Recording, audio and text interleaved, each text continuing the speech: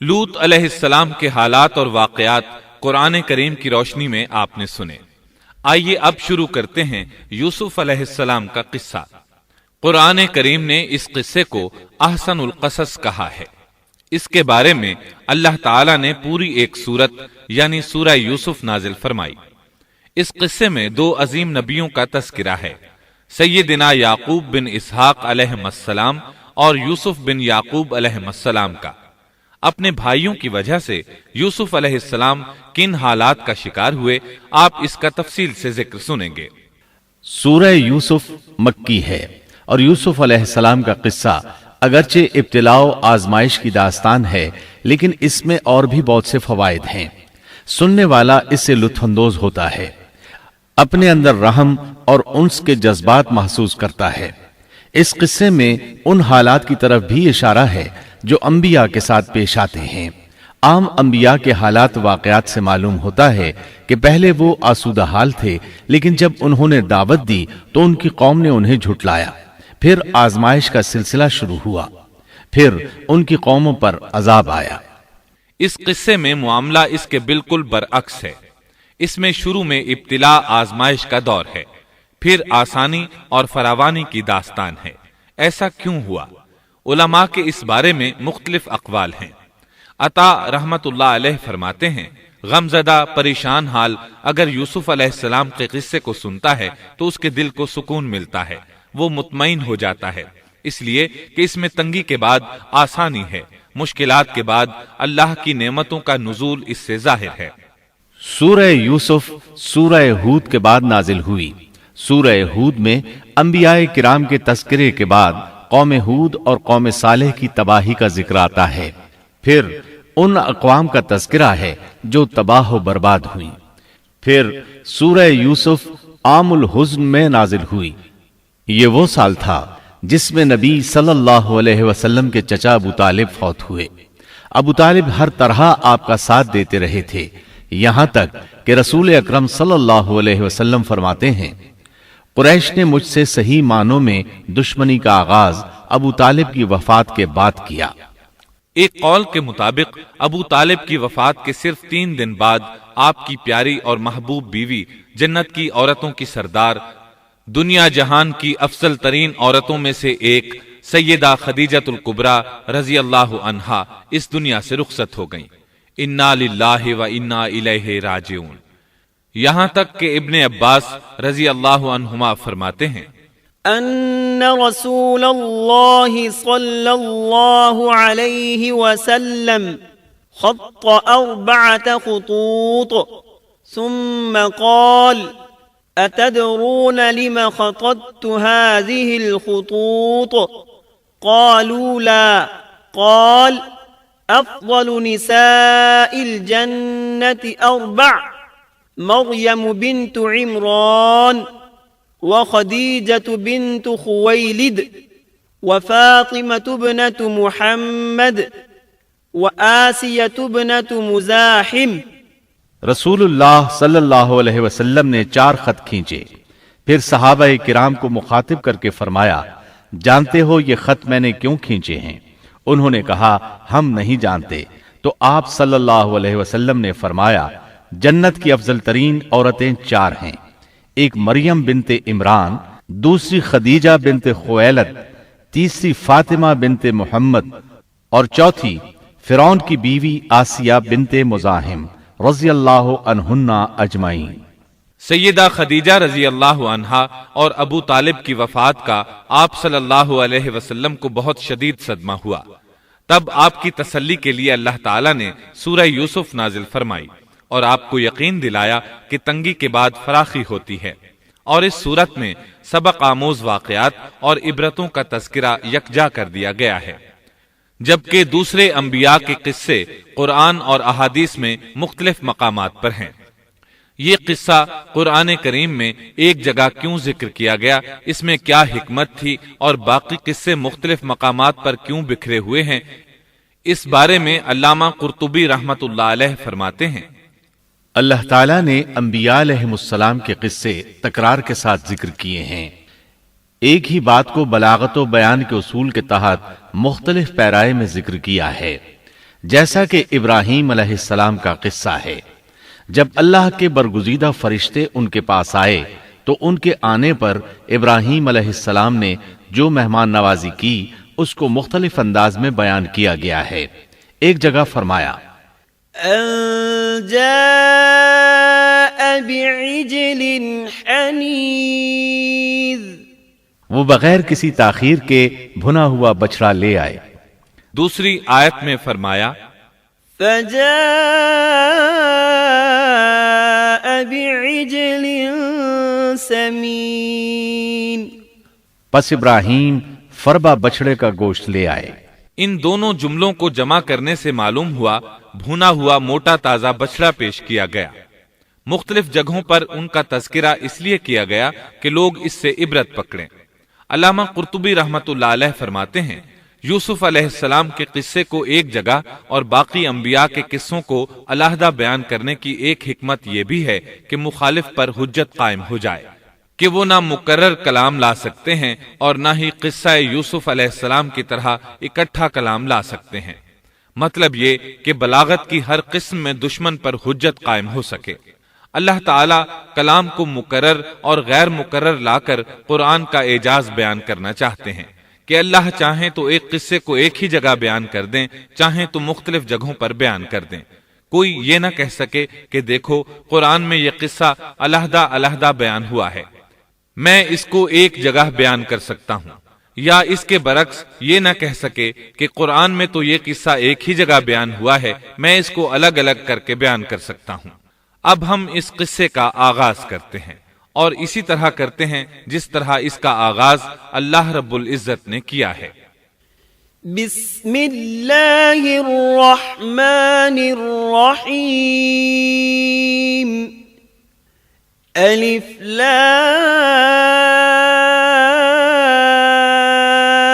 را، تلك آیات الكتاب المبین، إنا أنزلناه قرآنا عربيا لعلكم تعقلون، نحن نقص عليك أحسن القصص بما أوحينا إليك هذا القرآن وإن كنت من قبله لمن الغافلين۔ شروع اللہ کے نام سے جو بڑا مہربان نہایت رحم والا ہے۔ الف لام را، یہ روشن کتاب کی آیتیں ہیں۔ یقیناً ہم نے اس کتاب کو عربی قرآن بنا کر نازل فرمایا ہے تاکہ تم سمجھ سکو۔ ہم آپ کے سامنے بہترین بیان پیش کرتے ہیں اس قرآن سے جو ہم نے آپ کی جانب وحی کے ذریعے نازل کیا ہے، اور یقیناً آپ اس سے پہلے بے خبروں میں سے تھے۔ قصہ در اصل ایک خبر کے بعد دوسری خبر اور اطلاع در اطلاع کو کہتے ہیں، اور قصص کا اصل قصہ ہے یعنی پیچھے چلنا، جیسا کہ اللہ کی کتاب میں ہے۔ وقالت لأخته قصيه، موسیٰ کی والدہ نے ان کی بہن سے کہا کہ تو اس کے پیچھے پیچھے جا۔ اور قصص کی اصل یہی ہے کہ کسی خبر کا پے در پے آنا، اس لیے ارشاد باری تعالی ہے ہم آپ پر بہترین قصے بیان کرتے ہیں۔ وَإِن كُنتَ مِن قَبْلِهِ لَمِنَ الْغَافِلِينَ، اور یقیناً آپ اس سے پہلے بے خبروں میں سے تھے۔ غفلت سے مراد یہاں اللہ کے ذکر سے غفلت نہیں، بلکہ اس کا مطلب یہ ہے کہ نزول قرآن سے پہلے آپ ان قصص سے واقف نہیں تھے۔ اللہ تعالیٰ سورہ یوسف آیت 4 اور 5 میں فرماتے ہیں إذ قال يوسف لأبيه يا أبت إني رأيت 11 كوكبا والشمس والقمر والشمس والقمر رأيتهم لي ساجدين قال يا بني لا تقصص رؤياك على إخوتك فيكيدوا لك كيدا إن الشيطان للإنسان عدو مبين۔ جب یوسف نے اپنے باپ سے ذکر کیا کہ ابا جی میں نے 11 ستاروں اور سورج چاند کو خواب میں دیکھا ہے کہ وہ سب مجھے سجدہ کر رہے ہیں، یعقوب نے کہا پیارے بچے اپنے اس خواب کا ذکر اپنے بھائیوں سے نہ کرنا، ایسا نہ ہو کہ وہ تیرے ساتھ کوئی فریب کاری کرے، شیطان تو انسان کا کھلا دشمن ہے۔ رؤیا سے مراد وہ خواب ہے جس کو انسان نیند کی حالت میں دیکھے، اور رؤیت سے مراد وہ حقیقت ہے جس کو انسان حالت بیداری میں اپنی آنکھوں سے دیکھے۔ تو یوسف علیہ السلام نے خواب میں دیکھا کہ 11 ستارے اور سورج اور چاند انہیں سجدہ کر رہے ہیں۔ یعقوب علیہ السلام خواب کی حقیقت کو جان گئے، اگرچہ آپ خوابوں کی تعبیر نہیں بتاتے تھے، لیکن انہیں علم ہو گیا کہ اس میں یوسف علیہ السلام کی تکریم ہے، اور انہیں یہ بھی علم تھا کہ یوسف علیہ السلام کے بھائی ان سے حسد کرتے ہیں، اسی لیے انہوں نے یوسف علیہ السلام سے کہا کہ اپنے بھائیوں کو یہ خواب نہ سنانا۔ یوسف علیہ السلام کے 11 بھائی تھے، بنیامین ان کے سگے بھائی تھے، باقی 6 ایک ماں سے اور 4 2 لونڈیوں سے تھے۔ حقیقی بھائی ان سے حسد نہیں کرتا تھا، وہ عمر میں ان سے چھوٹا تھا، باقی سب ان سے حسد کرتے تھے، اور اس حسد کی وجہ یہ تھی کہ یعقوب علیہ السلام ان سے والہانہ محبت کرتے تھے۔ اسی طرح بنیامین سے بھی انہیں بہت لگاؤ تھا، مطلب یہ کہ ان دونوں سے انہیں زیادہ محبت تھی، اور محبت میں کمی بیشی کوئی بری چیز نہیں، البتہ نبی کریم صلی اللہ علیہ وسلم نے فرمایا ان میں عدل سے ضرور کام لیں۔ غرض یعقوب علیہ السلام کو ان دونوں سے زیادہ محبت تھی، ان کا دل ان کی طرف زیادہ مائل تھا، یہاں تک کہ لمحہ بھر بھی انہیں نظروں سے اوجھل نہیں کرتے تھے۔ یوسف علیہ السلام کے بھائی جب کھیل کے لیے نکلتے تو یعقوب علیہ السلام فرماتے یوسف کو یہیں چھوڑ دو، گویا ہر وقت ان کا پہرا دیتے تھے۔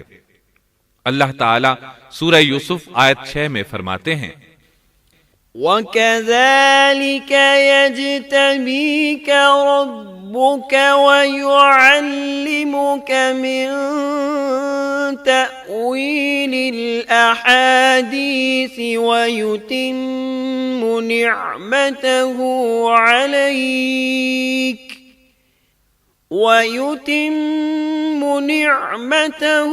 عَلَيْكَ وَعَلَى آلِ يَعْقُوبَ كَمَا أَتَمَّهَا عَلَى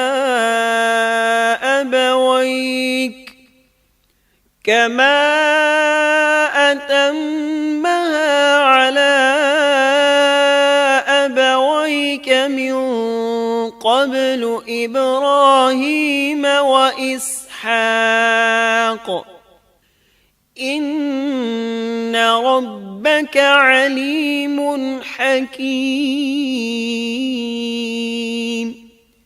اور اسی طرح تجھے تیرا پروردگار برگزیدہ کرے گا، اور تجھے معاملہ فہمی یعنی خوابوں کی تعبیر بھی سکھائے گا، اور اپنی نعمت تجھے بھرپور عطا فرمائے گا، اور یعقوب کے گھر والوں کو بھی، جیسے کہ اس نے اس سے پہلے تیرے دادا اور پردادا یعنی ابراہیم و اسحاق کو بھی بھرپور اپنی نعمت دی۔ یقیناً تیرا رب بہت بڑے علم والا اور زبردست حکمت والا ہے۔ یعنی آپ کو منتخب کر لیا اور تمام بھائیوں سے آپ کو چن لیا، اور یعقوب علیہ السلام کے سارے بیٹوں سے آپ کا انتخاب کیا، اور اس دور کے لوگوں میں سے آپ کو نبوت دینے کا ارادہ کیا۔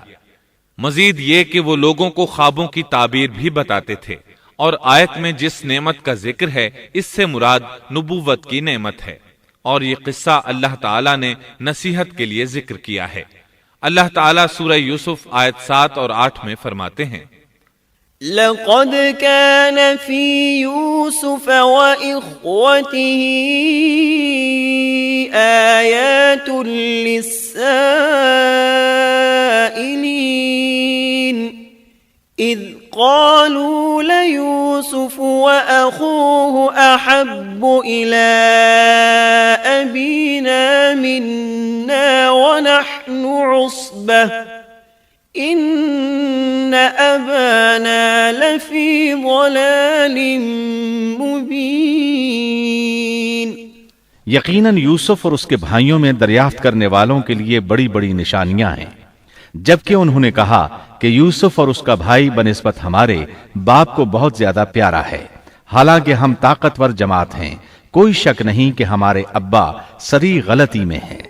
کہا جاتا ہے کہ یہودیوں نے نبی کریم صلی اللہ علیہ وسلم سے یوسف علیہ السلام کے قصے کے متعلق سوال کیا تو یہ مکمل صورت انہیں قصہ سنانے کے لیے نازل ہوئی، جبکہ بنی اسرائیل کو یہ مکمل قصہ معلوم نہ تھا، اور جو معلوم تھا وہ بھی تحریف شدہ تھا۔ قرآن ان کی اس تحریف کو واضح کرنے کے لیے بھی نازل ہوا، اور جو بھی بنی اسرائیل کا شخص یا کوئی اور اس کے متعلق پوچھے گا اس کے لیے عبرتیں اور نصیحتیں ہیں۔ یوسف کے بھائیوں نے کہا کہ ہمارا باپ یوسف اور اس کے بھائی سے زیادہ محبت کیوں کرتا ہے، جبکہ ہم ایک جماعت ہیں۔ اپنے باپ کے اس عمل پر اعتراض کیا، اور یقیناً یہ ایک بہت برا گمان تھا۔ ضلال کا معنی گمراہی ہوتا ہے، لیکن کبھی خطا پر بھی بولا جاتا ہے، اور انہوں نے باہمی مشورہ کیا اور سوچ بچار کے بعد یوسف علیہ السلام کے قتل کی تجویز طے ہوئی۔ اللہ تعالیٰ آیت 9 میں فرماتے ہیں، اقتلوا يوسف أو اطرحوه أرضا يخل لكم وجه أبيكم وتكونوا من بعده قوما صالحين۔ یوسف کو تو مار ہی ڈالو یا اسے کسی نامعلوم جگہ پھینک دو کہ تمہارے والد کا رخ صرف تمہاری طرف ہی ہو جائے، اس کے بعد تم نیک ہو جانا۔ مطلب یہ کہ وہ آپس میں کہنے لگے یوسف کو قتل کر دو۔ اس پر بڑے بھائی یہودا نے مداخلت کی اور کہا قتل بہت سنگین جرم ہے۔ اس پر وہ بولے تب پھر اسے کہیں غائب کر دو تاکہ باپ کی توجہ تمہاری طرف ہو جائے اور یوسف والی رکاوٹ ختم ہو جائے۔ دیکھیے کیسی سوچ ہے، پہلے برائی کریں گے پھر توبہ کریں گے اور نیک بن جائیں گے۔ بھلا کیا ایسا آدمی جو برائی اس نیت سے کرتا ہے بعد میں توبہ کر لے گا، کیا اس کی توبہ قبول ہوگی؟ علماء فرماتے ہیں توبہ کا دروازہ کھلا ہے۔ اللہ تعالیٰ رات کے وقت صدا دیتا ہے کہ دن کو برائی کرنے والے توبہ کر لے، اور دن کو آواز دیتا ہے رات کو برائی کرنے والے توبہ کر لے۔ کوئی توبہ کا دروازہ بند نہیں کر سکتا، یہاں تک کہ انسان جتنی بار بھی گناہ کر کے توبہ کرے اللہ قبول کرتا ہے۔ اس لیے اللہ نے ان کی توبہ قبول کر لی۔ تاہم اس بات سے ڈرنا چاہیے کہ اگر گناہ کرنے کے بعد توبہ کا موقع ہی نہ ملے اور موت آ لے تو کیا ہوگا؟ یہ بات نہایت ہی خوفناک ہے کہ توبہ کا موقع ہی نہ ملے۔ اللہ تعالیٰ آیت نمبر 10 میں فرماتے ہیں، قال قائل منهم لا تقتلوا يوسف وألقوه في غيابة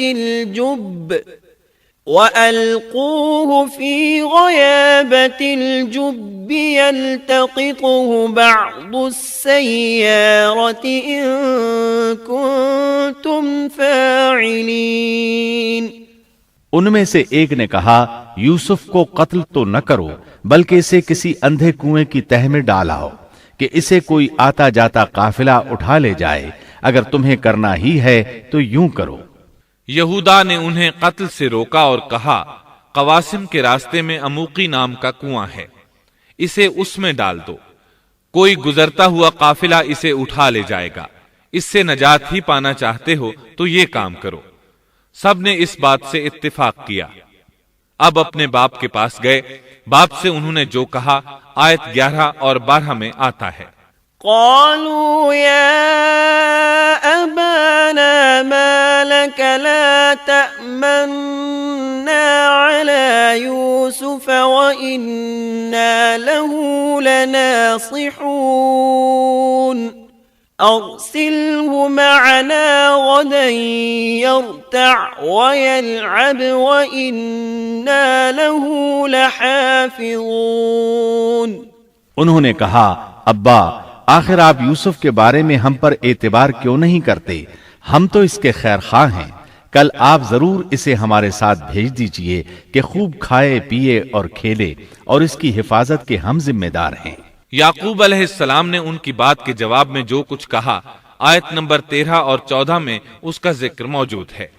قال إني ليحزنني أن تذهبوا به وأخاف أن يأكله الذئب وأنتم عنه غافلون قالوا لئن أكله الذئب ونحن عصبة إنا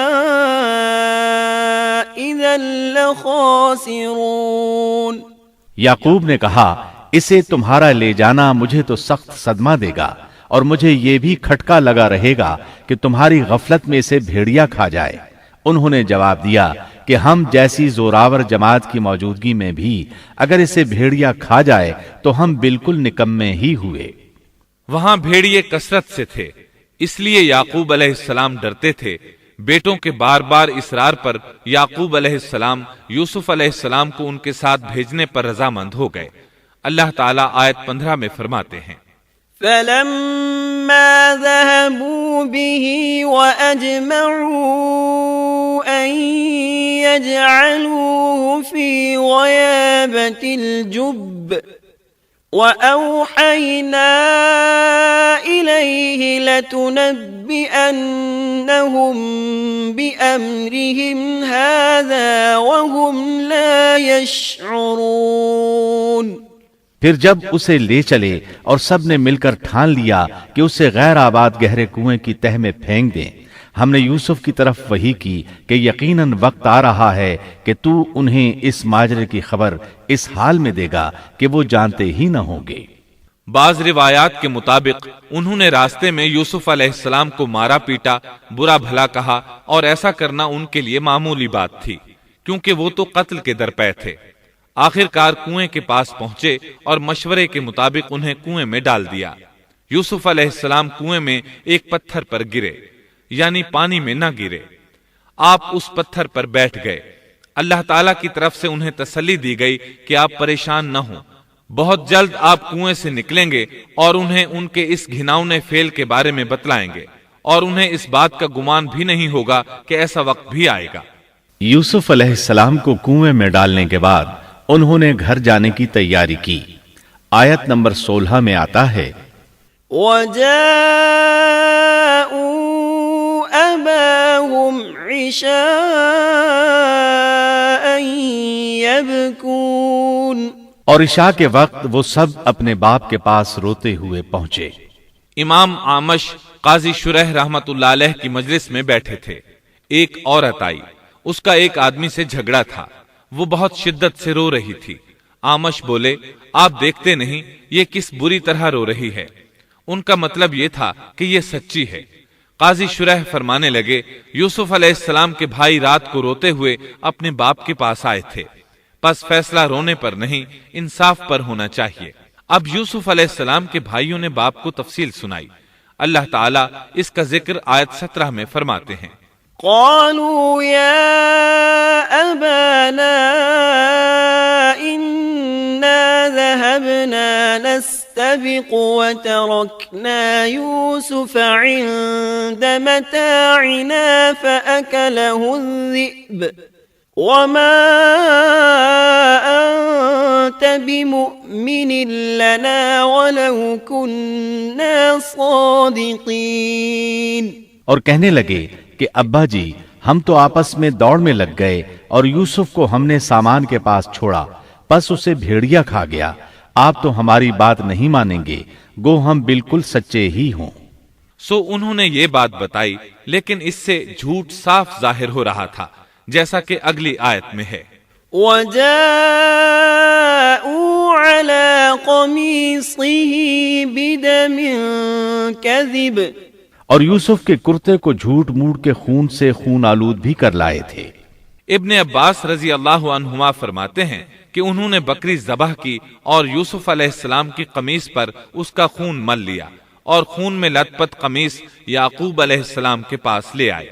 جب یعقوب علیہ السلام نے دیکھا تو فرمانے لگے، یہ بھیڑیا بھی کتنا رحم دل تھا، میرے بیٹے کو تو کھا لیا اور قمیص کو کچھ نہیں کہا، تمہاری عقل کہاں ہے؟ اس بات کا ذکر آیت 18 میں ہے۔ قال بل سولت لكم أنفسكم أمرا فصبر جميل والله المستعان على ما تصفون۔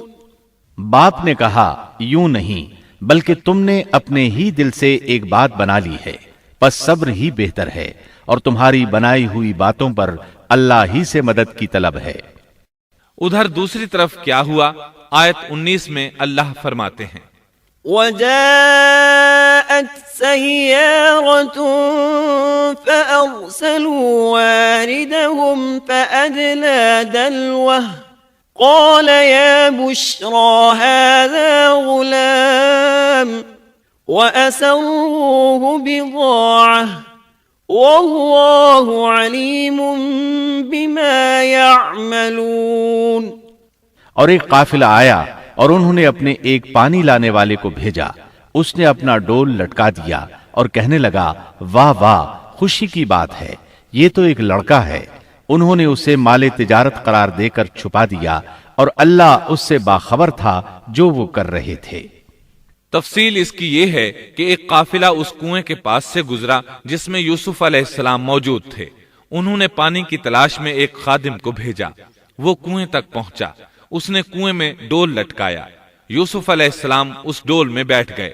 خادم نے ڈول نکالا تو اس میں ایک خوبصورت بچے کو دیکھا، مارے خوشی کے وہ پکار اٹھا، یہاں ایک لڑکا ہے۔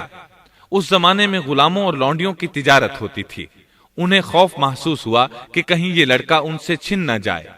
اس خوف کے پیش نظر انہوں نے یوسف علیہ السلام کو چھپا لیا۔ انہوں نے یہ بھی سوچا کہ شاید یہ بھاگا ہوا غلام ہے، اگر اس کا مالک آ گیا تو وہ اسے لے جائے گا۔ یہ قافلہ مدائن سے مصر جا رہا تھا۔ جب یہ مصر پہنچے تو انہوں نے یوسف علیہ السلام کو معمولی قیمت میں فروخت کر دیا۔ معمولی قیمت میں فروخت کرنے کی جلدی بھی انہوں نے اسی خیال کے تحت کی کہ کہیں اس کا مالک نہ آ جائے۔ ابن عباس رضی اللہ عنہما فرماتے ہیں کہ انہوں نے یوسف علیہ السلام کو صرف 20 درہم میں بیچ دیا، اور یہ نہایت معمولی قیمت تھی۔ آیت نمبر 21 میں ہے، وقال الذي اشتراه من مصر لامرأته أكرمي مثواه عسى أن ينفعنا أو نتخذه ولدا۔ مصر والوں میں سے جس نے اسے خریدا تھا اس نے اپنی بیوی سے کہا کہ اسے بہت عزت و احترام کے ساتھ رکھو، بہت ممکن ہے کہ یہ ہمیں فائدہ پہنچائے یا اسے ہم اپنا بیٹا ہی بنا لیں۔ یہ شخص مصر کا وزیر خزانہ تھا، بے اولاد تھا۔ اس نے سوچا شاید یہ لڑکا بڑا ہو کر اچھا انسان بنے، لہٰذا کیوں نہ ہم اسے بیٹا بنا لیں۔ اس طرح یوسف علیہ السلام وزیر خزانہ کے گھر پلے بڑھے۔ وزیر خزانہ عزیز مصر کہلاتا تھا۔ عزیز نے آپ کو بیٹوں کی طرح رکھا۔ آپ کچھ بڑے ہوئے تو شاہی محل کی دیکھ بھال آپ کے ذمہ لگا دی گئی، شاہی محل کے تمام اختیارات آپ کے سپرد کر دیے گئے۔ اللہ تعالیٰ آیت 21 اور 22 میں فرماتے ہیں، وَكَذَلِكَ مَكَّنَّا لِيُوسُفَ فِي الْأَرْضِ وَلِنُعَلِّمَهُ مِن تَأْوِيلِ الْأَحَادِيثِ وَاللَّهُ غَالِبٌ عَلَى أَمْرِهِ وَلَكِنَّ أَكْثَرَ النَّاسِ لَا يَعْلَمُونَ۔ وَلَمَّا بَلَغَ أَشُدَّهُ آتَيْنَاهُ حُكْمًا وَعِلْمًا وَكَذَلِكَ نَجْزِي الْمُحْسِنِينَ۔ یوں ہم نے مصر کی سرزمین میں یوسف کا قدم جما دیا کہ ہم اسے خواب کی تعبیر کا کچھ علم سکھا دیں۔ اللہ اپنے ارادے پر غالب ہے، لیکن اکثر لوگ بے علم ہوتے ہیں۔ اور جب یوسف